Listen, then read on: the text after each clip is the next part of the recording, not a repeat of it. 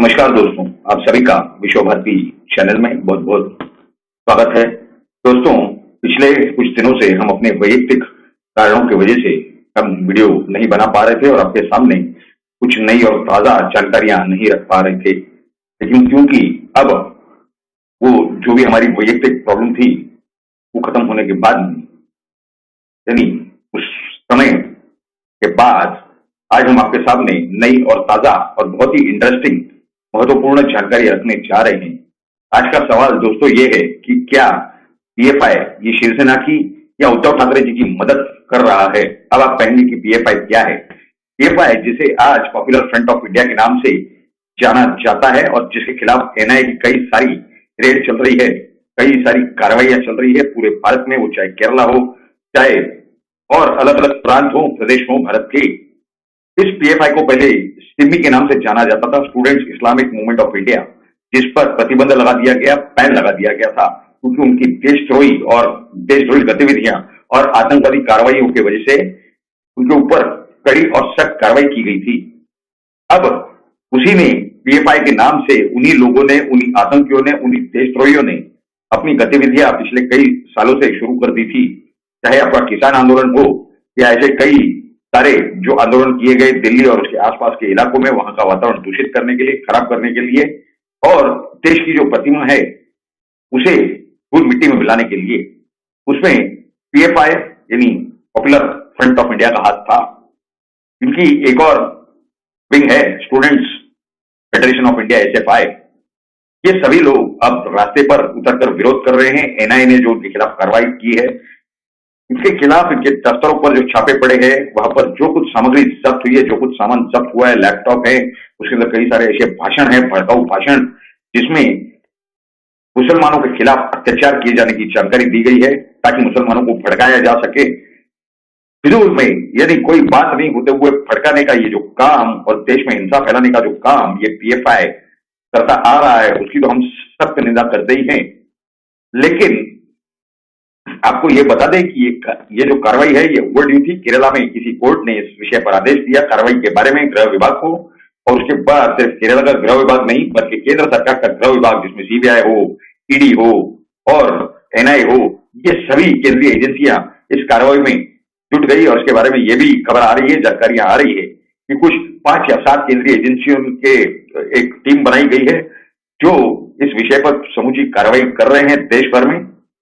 और आज जो हमारा सवाल है कि क्या पीएफआई उद्धव ठाकरे या शिवसेना को मदद कर रही है या करती हुई आई है। आपको बता दें, अगर आपने पिछले 1 या 2 महीनों में देखी होगी टीवी पर जो जानकारी आ रही थी कि शिवसेना ने जो युति की, जो गठबंधन किया, वो किसके साथ में किया, वो संभाजी ब्रिगेड के साथ किया। संभाजी ब्रिगेड ये कौन सा संगठन है? संभाजी ब्रिगेड नाम तो छत्रपति शिवाजी महाराज के वंशजों का रखा गया है, लेकिन ये जानकारियां प्राप्त हो रही है कि संभाजी ब्रिगेड के जन्म के पीछे, यानी संगठन को बनाने के पीछे शरद पवार का बहुत बड़ा हाथ है। और इनकी जो गतिविधियां रही है वो हिंदुओं के अंदर टुकड़े टुकड़े करने की, जाति जाति में मतभेद फैलाने की रही है। इस प्रकार की जानकारियां काफी कुछ सालों से हमारे सामने आ रही है। यानी ब्राह्मणों को दूसरे जातियों के खिलाफ भड़काना, दूसरे जातियों को ब्राह्मणों के खिलाफ भड़काना, इस तरह की पूरी ये प्रक्रियाएं चलती आई है। तो शिवसेना ने उनके साथ गठबंधन कर दिया पिछले 1-1.5 महीने में। कौन सी शिवसेना? हम उद्धव ठाकरे की शिवसेना की बात कर रहे हैं। जैसे ही एकनाथ शिंदे अलग हुए उसके तुरंत बाद ये गठबंधन किया गया, क्योंकि इन्हें लगा था कि जो वोट है, जनता का जो मत है, मतदान, उसका नुकसान उन्हें होने जा रहा है। इसके लिए उन्होंने संगठन के साथ गठबंधन कर लिया। अब आज 25 तारीख है सितंबर की 2022, रविवार का दिन है जब हम ये वीडियो बना रहे हैं। और कल के दिन यानी 24 सितंबर 2022 को पीएफआई के एक्टिविस्टों ने, कार्यकर्ताओं ने, उनके जो सक्रिय सदस्य हैं, उन्होंने एक मोर्चा निकाला था, एक आंदोलन किया था पुणे में। और उस आंदोलन के दौरान पाकिस्तान जिंदाबाद के नारे लगे थे। यानी कहने का मतलब यह है कि ये जो घटना हुई शनिवार के दिन 24 सितंबर 2022 यानी कल, उसी विषय पर मौका मिल गया शिवसेना को, यानी उद्धव ठाकरे की शिवसेना ने, कार्यकर्ताओं ने पूरे में ही एक आंदोलन किया आज सुबह। और किसके खिलाफ? उन्होंने पीएफआई के खिलाफ आंदोलन नहीं किया, उन्होंने ये इस्लामिक लोगों की गैर कानूनी देशद्रोही हरकतों के खिलाफ उन्होंने आंदोलन नहीं किया। उन्होंने सिर्फ इस मुद्दे पर आंदोलन किया कि पीएफआई के कुछ कार्यकर्ताओं ने जिन्होंने पाकिस्तान जिंदाबाद कहा, उन लोगों के खिलाफ मुर्दाबाद के नारे लगाने के लिए शिवसेना ने, उद्धव ठाकरे जी की शिवसेना ने यह आंदोलन किया। आप हमें ये बताइए कि जिस 2.5 साल जब ये सम्माननीय उद्धव ठाकरे जी मुख्यमंत्री रहे, उस समय उनके कार्यकर्ता, उनके पदाधिकारी हमारे साथ काफी संपर्क में थे, मिला करते थे हमें। वो कहते थे कि ये तो मुख्यमंत्री बन गए हैं, लेकिन हमारे संपर्क क्षेत्र से, हमारे रेंज के बाहर जा चुके हैं, उनके साथ मुलाकात नहीं हो पा रही है। वरना कभी भी हम मातोश्री जाते तो इनसे मुलाकात हो जाया करती थी। यानी इस तरह की राजनीति है। और यही कार्यकर्ता, हम उन्हीं कार्यकर्ताओं की बात बता रहे हैं, खासकर मुंबई के अंदर कई सारे कार्यकर्ताओं और पदाधिकारियों का यही कहना था, महाराष्ट्र भर में यही हाल था। लेकिन अब जबकि सत्ता जा चुकी है और 2.5 साल के अंदर जब शुरुआत में जब ये लॉकडाउन लगा, उस समय साधुओं की हत्या कर दी गई थी पालघर में। उस समय कहां था इनका देश प्रेम, कहां था इनका हिंदुत्व प्रेम? ये जनता सवाल पूछ रही है। दूसरा सवाल जनता ये पूछना चाहती है और पूछ रही है कि दिशा साल्यान का जब मर्डर किया गया, क्या दिशा साल्यान भारतीय नहीं थी? क्या वो हिंदू नहीं थी? तब इनका राष्ट्र प्रेम और उनकी देशभक्ति कहां गई थी? उस विषय में कोई कार्रवाई नहीं की गई महाराष्ट्र की सरकार द्वारा। ये महाविकास आघाड़ी की सरकार, जिसके मुख्यमंत्री खुद स्वयं सम्माननीय उद्धव ठाकरे जी थे। इसके बाद सुशांत सिंह राजपूत का कत्ल हुआ, मर्डर हुआ, हत्या की गई, जिसका बारे में, जिस विषय में आज तक सीबीआई की इन्वेस्टिगेशन शुरू है, जांच शुरू है, उस विषय में भी बोल बोल करके ये केस बंद करने के प्रयास किए गए, एफआईआर रजिस्टर न हो, इस तरह के प्रयास किए गए। क्या सुशांत सिंह राजपूत ये हिंदू नहीं थे? क्या ये भारतीय नागरिक नहीं थे? कितने भी बड़े स्टार होंगे वो, लेकिन थे तो भारतीय नागरिक। तब कहां था सम्माननीय उद्धव ठाकरे जी का देश प्रेम? और ये सारे सवाल जब जनता पूछ रही है, तो आप समझ सकते हैं कि जिस तरह से कंगना रनावत, एक महिला के बंगले का हिस्सा, ऑफिस का हिस्सा तोड़ दिया गया, डेमोलिशन की गई, क्या वो भारतीय नागरिक नहीं थी या भारतीय नागरिक नहीं है? क्या वो देश के हित में काम नहीं कर रही हैं? हर सवाल देश के हित का वो पूछती हैं, वो चाहे उद्धव ठाकरे जी से हो या समाजवादी पार्टी से हो या बहुजन समाज पार्टी के नेताओं से हो। तो क्या इस तरह की राजनीति इस देश में होनी चाहिए?